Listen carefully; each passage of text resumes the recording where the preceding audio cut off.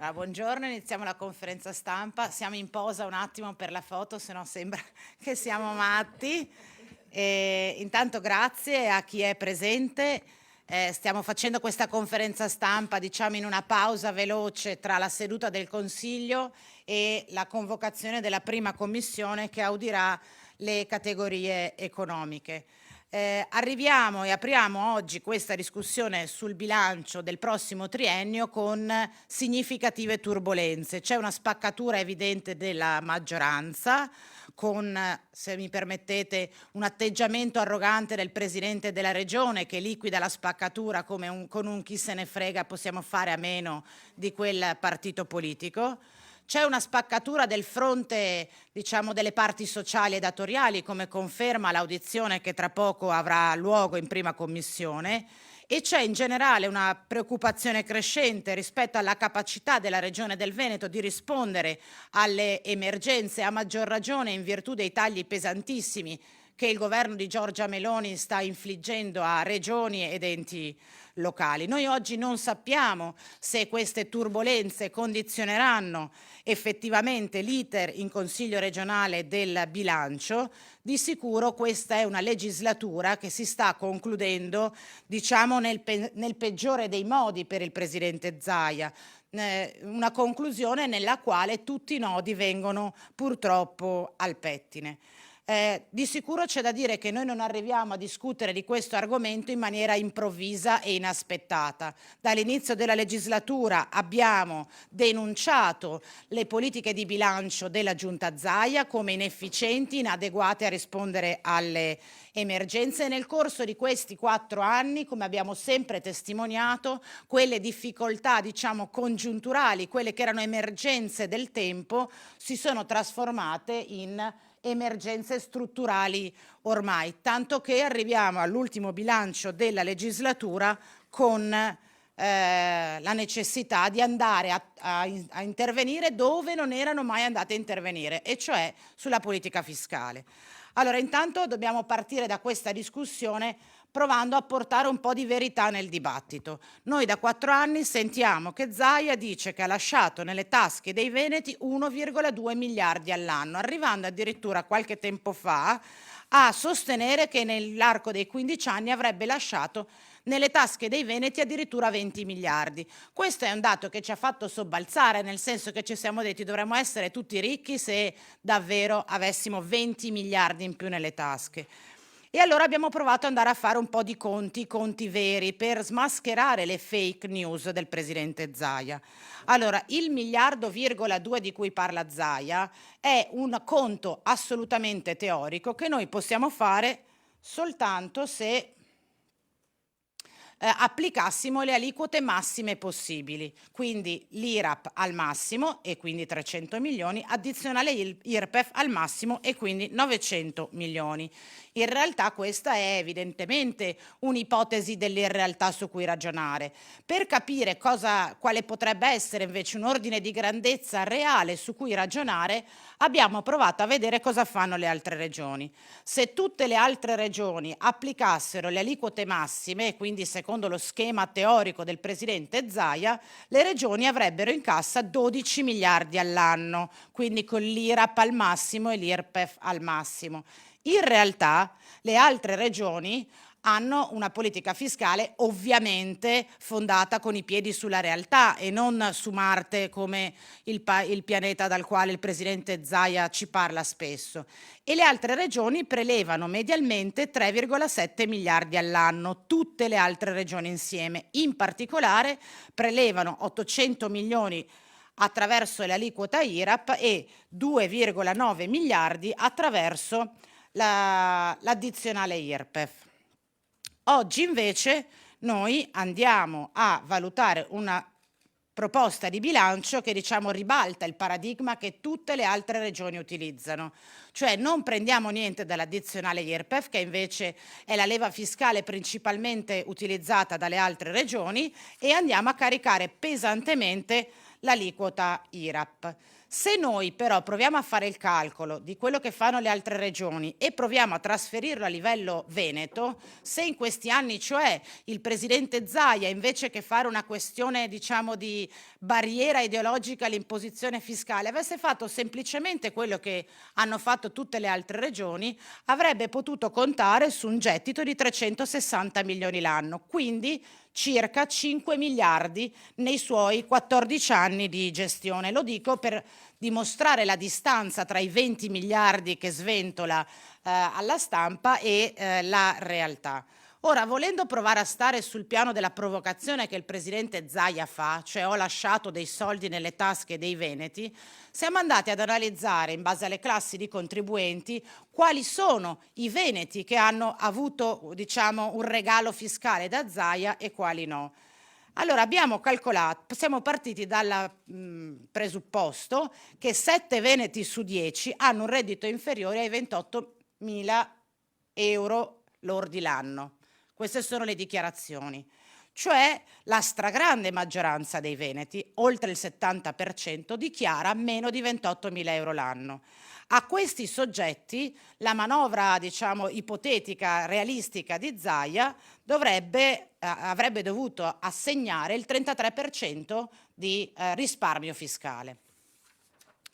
Dov'è invece che il risparmio fiscale si concentra? Si è concentrato in questi 14 anni, si è concentrato qui, su quel veneto su 10 che ha un reddito superiore ai 50.000 euro l'anno, che si è potuto, diciamo, godere il beneficio fiscale del 35% delle imposte. Tradotto in numeri, cosa vuol dire? Che in questi 14 anni Zaia, non avendo messo le tasse, come dice lui, ha effettivamente regalato 60 euro all'anno al 70% dei veneti, cioè quelli che hanno un reddito inferiore a 28.000 euro, e ha regalato 662 euro ai soggetti che non sono ricchi, perché con 50.000 euro non sei ricco, però diciamo a quel 7% di Veneto che guadagna più di 50.000 euro l'anno. Ma per avere in tasca questi 60 euro per chi ha meno di 28.000 euro e per avere in tasca quei 662 euro l'anno per chi ha più di 50.000 euro, a quanti servizi e a quante prestazioni abbiamo rinunciato in questi 14 anni e quante volte i cittadini del Veneto hanno dovuto mettersi da soli le mani in tasca per potersi pagare quei servizi che in questa regione non sono alla portata di tutti. Abbiamo fatto e facciamo solo qualche esempio. La prima è quella più evidente, la sanità. Da un'indagine recente CAF-CGIL sappiamo che mediamente per la sanità privata in questa regione all'anno un pensionato ha dovuto sborsare 1.223 euro e un lavoratore dipendente 1.145 euro, cioè mi lasci 60 euro di, diciamo, sconto fiscale, ma mi chiedi solo per curarmi in Regione Veneto questa spesa media all'anno. Ci siamo anche chiesti, per esempio, cosa abbia significato non mettere l'addizionale IRPEF o prevedere una tassazione maggiore e non pagare oltre 3.000 borse di studio, come è avvenuto per l'anno accademico 23-24 nella regione del Veneto. E ci siamo accorti che abbiamo lasciato nelle tasche delle famiglie dei veneti 60 euro l'anno, ma gli abbiamo tolto la borsa di studio che ha un importo medio dai 150 o ai 500 euro al mese. Oppure ci siamo chiesti, nel caso di un anziano con una non autosufficienza che ha bisogno di andare in casa di riposo, quant'è la retta mensile per una casa di riposo in Veneto per ospitare un anziano non autosufficiente? In Veneto, il Veneto insieme alla Lombardia è la regione che ha un costo medio mensile pro capite più alto a livello nazionale per ospitare un anziano in casa di riposo. 2.000 euro al mese è la cifra che le famiglie pagano avendo l'accreditamento, quindi avendo anche già la quota riconosciuta dalla regione del Veneto. Questa è la situazione in cui noi ci muoviamo e che vogliamo oggi specificare, che abbiamo voluto specificare per dimostrare come siamo arrivati all'aumento dell'IRAP e quanto il Veneto abbia già pagato la propaganda del Veneto tax free in termini di costo dei servizi, taglio delle prestazioni e diseguaglianze che sono cresciute. Perché è vero che a nessuno piace mettere le tasse, lo dico diciamo in conferenza stampa, neanche alla sinistra piace mettere le tasse perché sembra che sia una prerogativa solo del centrodestra. Il punto è che attraverso le tasse si realizzano politiche redistributive da chi ha di più a chi ha di meno. Avendo scelto di non metterle in questi 14 anni abbiamo reso il Veneto più povero in termini di servizi e più diseguale tra le persone. La vicepresidente Luisetto adesso invece ci dirà da questa situazione in poi come si è pensato di procedere. E ti lascio il telecomando. Da qui in poi che cosa succede dunque? Aspettate che sono andata troppo avanti. Succede che a differenza delle altre regioni del nord che non applicano nessuna addizionale IRAP, quindi né in Emilia-Romagna, né in Friuli Venezia Giulia, né in Liguria, né in Piemonte, né in Lombardia si sceglie di mettere questo tipo di tassa perché è una tassa anticiclica e depressiva. In Veneto invece si decide di aumentarla. Si decide di aumentarla con il bilancio di previsione dello 0,50 per alcuni codici Ateco e dello 0,10 per altri, ma con le nuove richieste da parte del governo e con l'emendamento di giunta si arriva ad un aumento consistente dello 0,65 dal 2025 per alcune categorie e dello 0,18 per altre. Su chi pesa questa tassa? Su chi da chi andiamo a chiedere risorse in un momento per l'economia e per la tenuta sociale difficile come questo? In Veneto. Le chiediamo questo aumento alle società di capitali, alle società di persone, agli studi professionali, agli enti di terzo settore, agli enti pubblici, alle amministrazioni pubbliche. Quindi in una situazione per alcuni di questi soggetti in modo particolare difficile, con previsioni al 2025 certamente non incoraggianti per l'economia del Veneto, la Giunta regionale Presidente Zaia decide di andare ad intaccare la forza di queste realtà. In una situazione, lo dicevamo alcune settimane fa, di cassa integrazione, di crisi aziendali, 19 sono quelle aperte, 1300 le lavoratrici e i lavoratori in difficoltà, il Veneto decide di andare a far soffrire ancora una volta queste realtà. Quanto impatterà? Quanto impatterà sulle imprese? Siamo tra i 200 e i 10.000 euro di aumento annuo in base all'imponibile. Quindi non stiamo parlando di bruscolini, non stiamo parlando di una richiesta di poche risorse, ma stiamo parlando di una manovra che inciderà sulla vita quotidiana delle imprese, che non si può liquidare come qualcosa di ma sì, in qualche modo si arrangeranno perché non si può rovinare l'idea dell'eccellenza, del va tutto bene, che in questa regione sembra essere prioritaria rispetto al guardare in faccia i problemi e a tentare di risolverli. Che cosa significa in termini di gettito questa tassa? Nel 2025 e 26 e 27 secondo il bilancio di previsione dovevano essere 54 milioni gli euro che la Regione incamerava. Con l'emendamento vedete come aumenta questo gettito. Stiamo parlando di 79,8 milioni nel 25, di 82 milioni,1 nel 26 e di 84,6 milioni nel 27. La domanda vera è perché Zaia aumenta l'IRAP? Aumenta l'IRAP per creare sviluppo, per attrarre imprese, capitali, per attrarre giovani nelle nostre imprese, per investire nell'infrastruttura educativa formativa che tenga in piedi l'occupazione, ad esempio manifatturiera, che inverta la rotta di una crisi difficile. No, noi mettiamo l'IRAP, chi ci governa mette l'IRAP perché abbiamo delle partite importanti aperte, dei buchi, e questi buchi sono frutto di scelte molto chiare e molto pesanti che andremo a pagare nei prossimi anni. Lo abbiamo raccontato in un precedente appuntamento con la stampa, ma è importante ricordare quanto ci costerà la superstrada pedemontana veneta nei prossimi anni, e questi numeri fanno fatica ad essere smentiti, come fa fatica ad essere smentito il principio che questa tassa servirà anche per pagare questa superstrada e queste scelte pesanti che pesano sulle casse di questa regione e sulla possibilità di spesa del bilancio regionale. Ad aggiungersi a questo quadretto non esattamente rincuorante ci sono i tagli che il governo Meloni fa sul bilancio regionale del Veneto. Nel 2025 sono 22,3 milioni di euro. Anche questa partita pesa ovviamente in questa filiera che ci raccontano sempre come unita, come coerente, dove chi ci governa a Venezia governa a Roma, arriva questa scure sulla regione parallelamente a quella che sta arrivando e pesando sugli enti locali. Che cosa resta in buona sostanza da questa situazione, da questo bilancio così magro e così pieno di difficoltà? Rispetto a quanto incassiamo, rispetto alla superstrada pedemontana veneta, a quanto ci chiede il governo, tutto quello che ci resta sono 9.920.000.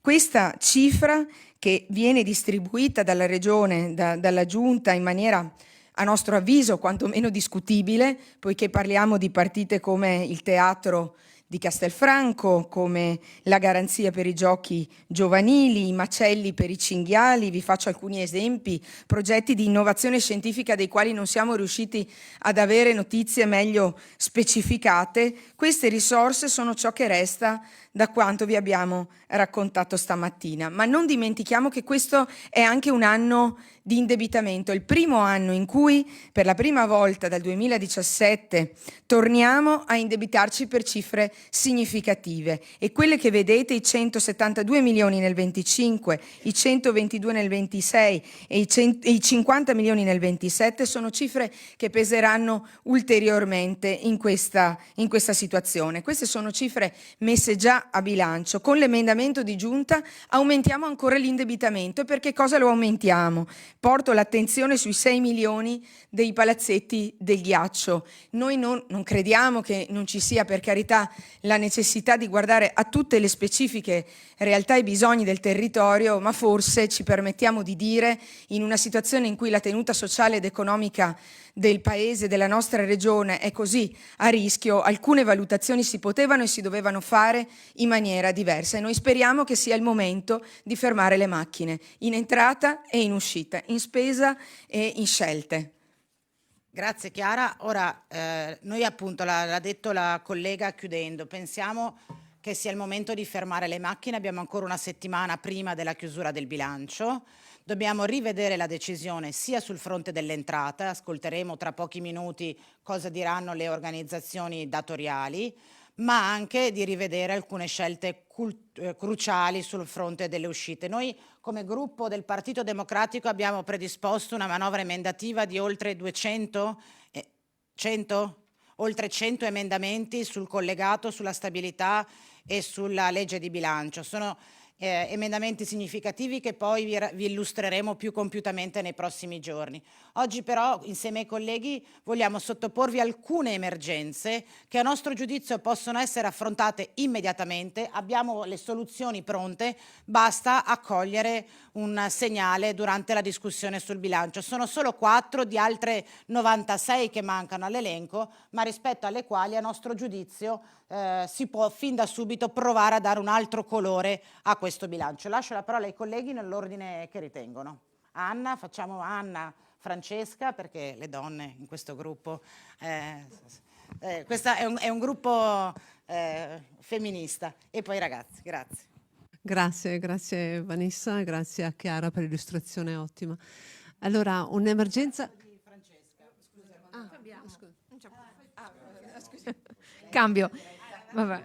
Ringrazio anch'io le colleghe, la capogruppo Camani e la vicepresidente Luisetto e chi ci sta ascoltando. Una delle emergenze che è esplosa in qualche modo soprattutto in fase post-Covid è stata quella delle aggressioni al personale sociosanitario, prevalentemente soprattutto in quelle che sono le unità di pronto soccorso. Un'emergenza che va a attaccare chiaramente uno dei servizi essenziali e più fragili e di cui comunque le persone hanno bisogno quotidianamente nei momenti anche in cui hanno in qualche modo una fragilità interna loro stesse, perché se si recano in quei luoghi vuol dire che bene non stanno. Noi proponiamo una proposta in questa fase. È chiaro che non è risolutiva, perché bisognerebbe attivare immediatamente anche quello che è un tavolo di confronto con le parti sociali rispetto alla normativa vigente e col Ministero, per assicurare la sicurezza sia del patrimonio sia delle persone rispetto a quello che è possibile rispetto alle normative. È vero che alcune ULSS hanno già attivato un servizio di vigilanza, ma quello che noi diciamo è che, al netto della solidarietà portata dal Presidente ancora a fine settembre, quando aveva fatto emergere che erano 1864 le persone nel servizio sanitario e sociosanitario aggredite fino a fine settembre, potremmo arrivare a 2500 se non di più a fine anno, aveva portato la solidarietà. Allora, secondo noi la solidarietà deve concretizzarsi in termini anche di impegno economico-finanziario. Abbiamo stimato un 2 milioni di euro per riuscire intanto in via sperimentale ad inserire delle guardie all'interno degli ospedali hub del Veneto. È un conto fatto sulla base del costo orario di una persona che fa vigilanza, moltiplicato per 24 ore, moltiplicato per 365 giorni l'anno, proprio per comprendere come poi queste persone, che in parte sono già presenti, possano collaborare col personale vigente, col personale che c'è all'interno delle strutture, e possano quindi incrementare sia la percezione di sicurezza all'interno delle strutture, che non è un dato da poco, sia poi la reale sicurezza nei confronti di potenziali aggressori al personale sanitario e al personale sociosanitario. Grazie alla vicepresidente del Consiglio Zottis, vicepresidente Commissione Sanità, che ci parlerà di sanità. Grazie Anna Maria. Grazie ancora. Allora, noi sappiamo che la medicina territoriale è un servizio fondamentale, soprattutto in questo contesto dove l'invecchiamento della popolazione aumenta di anno in anno. Noi, dati della relazione sociosanitaria, abbiamo 202 over 65 anni ogni 100 ragazzini da 0 a 14 anni. Per cui insomma l'invecchiamento sta veramente andando, e quindi dobbiamo potenziare la medicina territoriale. E lo dobbiamo fare per questo motivo, perché ci sarà sempre più bisogno appunto di attenzione, visto l'età e l'invecchiamento, e dall'altro punto di vista vediamo gli accessi al pronto soccorso.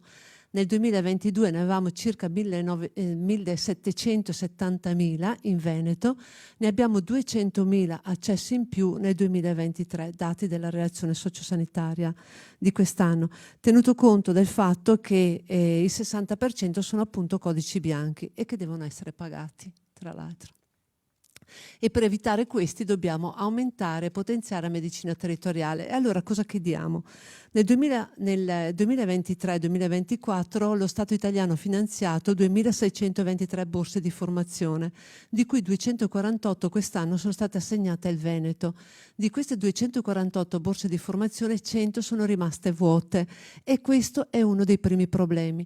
Noi abbiamo fatto una battaglia per aumentare le borse di formazione, cosa che è stato di fatto aumentato come numero, però adesso il 40% sono vuote. E cosa dobbiamo fare? Da una parte è bene il potenziamento, sempre su nostra richiesta, di supportare in caso di aumento di assistiti con un supporto amministrativo, ma dobbiamo fare di più. E perché dobbiamo fare di più? Perché dobbiamo assolutamente integrare quelli che saranno i medici che andranno in pensione, 1.900 in Veneto nei prossimi 10 anni, e pari al 70% di quelli attuali.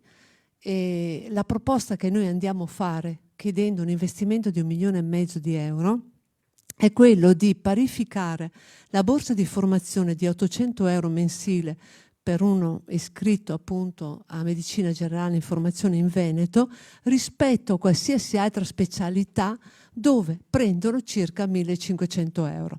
La Regione deve integrare queste borse di formazione in modo tale da renderle più attrattive anche sotto un aspetto economico, perché non dimentichiamo che adesso abbiamo tantissime possibilità anche di inserimento di neolaureati nelle altre specializzazioni, per cui spesso scelgono altre formazioni, ma non solo, abbandonano spesso quella che è la medicina territoriale in formazione per andare in altre specialità.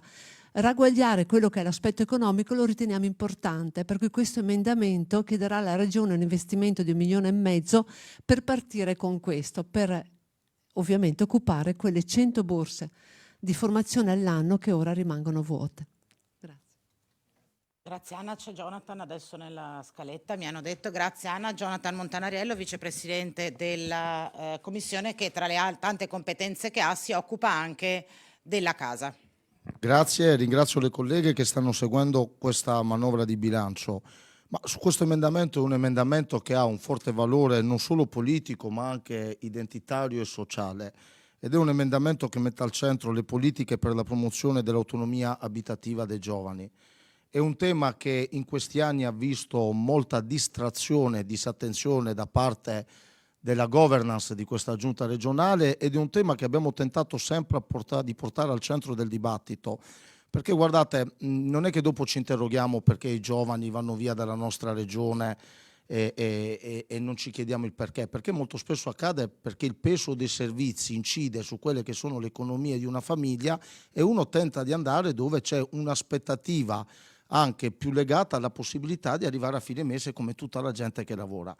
E guardate, il fatto di creare un fondo dove noi chiediamo 5 milioni per promuovere l'emancipazione dei giovani dalle famiglie d'origine con riferimento all'autonomia abitativa attraverso sia azioni finalizzate per l'uscita del nucleo familiare con soluzioni abitative singole che prevedano però anche forme di convivenza in un'età compresa tra i 18 e i 34 anni in rapporto alle fasce di reddito e alla presenza dei figli. Guardate, è un emendamento che prende una fetta di società molto larga, molto importante, lo abbiamo visto.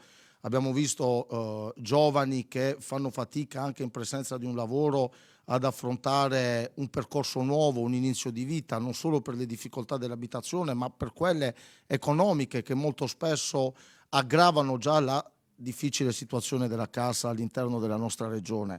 Lo abbiamo visto con gli universitari, lo abbiamo visto con le giovani coppie che non riescono a mettere a terra l'idea di una vita autonoma, anche slegata dall'idea di famiglia in alcuni casi, proprio perché c'è un'idea in questa regione dove sì che c'è una parte di eccellenza che viaggia per conto suo, però dobbiamo ricordarci che la Regione Veneto non è fatta solo di chi dal punto di vista economico ha la possibilità di definirsi eccellente, è fatta anche di tante persone che, lo sentivamo prima, rinunciano a curarsi, rinunciano a intraprendere una vita in modo autonomo e slegata dalla famiglia di origine, rinunciano molto spesso alla possibilità di studiare perché non tutte le famiglie in Veneto hanno queste prerogative.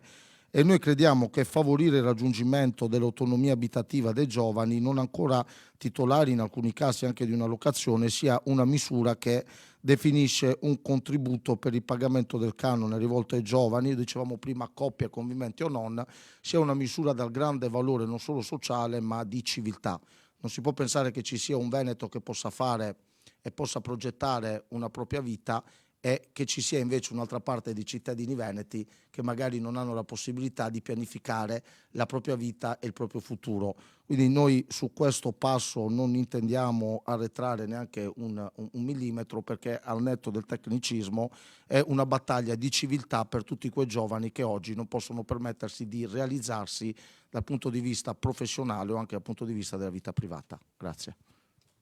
Grazie al vicepresidente Jonathan. Andrea Zanoni, presidente della quarta commissione. Con i fenomeni dovuti ai cambiamenti climatici, all'emergenza climatica come le bombe d'acqua, abbiamo avuto in Veneto, in molti dei nostri paesi, delle situazioni di emergenza con intere borghi, quartieri allagati e anche spesso zone industriali o zone artigianali. Gli interventi per prevenire questi fenomeni sono molti. Diciamo che una delle cose importanti da fare quando si assiste all'esondazione. Io ricordo recentemente, per dirvi, quello che è successo a Campo San Piero con l'esondazione del Muson, o a Castelfranco Veneto, ma è accaduto in molte altre parti del Veneto, è dare un aiuto ai cittadini, agli imprenditori, artigiani, industriali che si ritrovano con le proprie case, soprattutto gli scantinati, i garage, oppure anche intere parti della propria azienda allagate. E quindi c'è bisogno di, per tornare alla normalità, per ripristinare tutto quello che è andato perduto, per ripartire con le proprie attività, c'è bisogno di svuotare queste aree, ma succede spesso anche ad intere vie, quindi non solo edifici o parti di edifici, per diciamo ripristinare il tutto.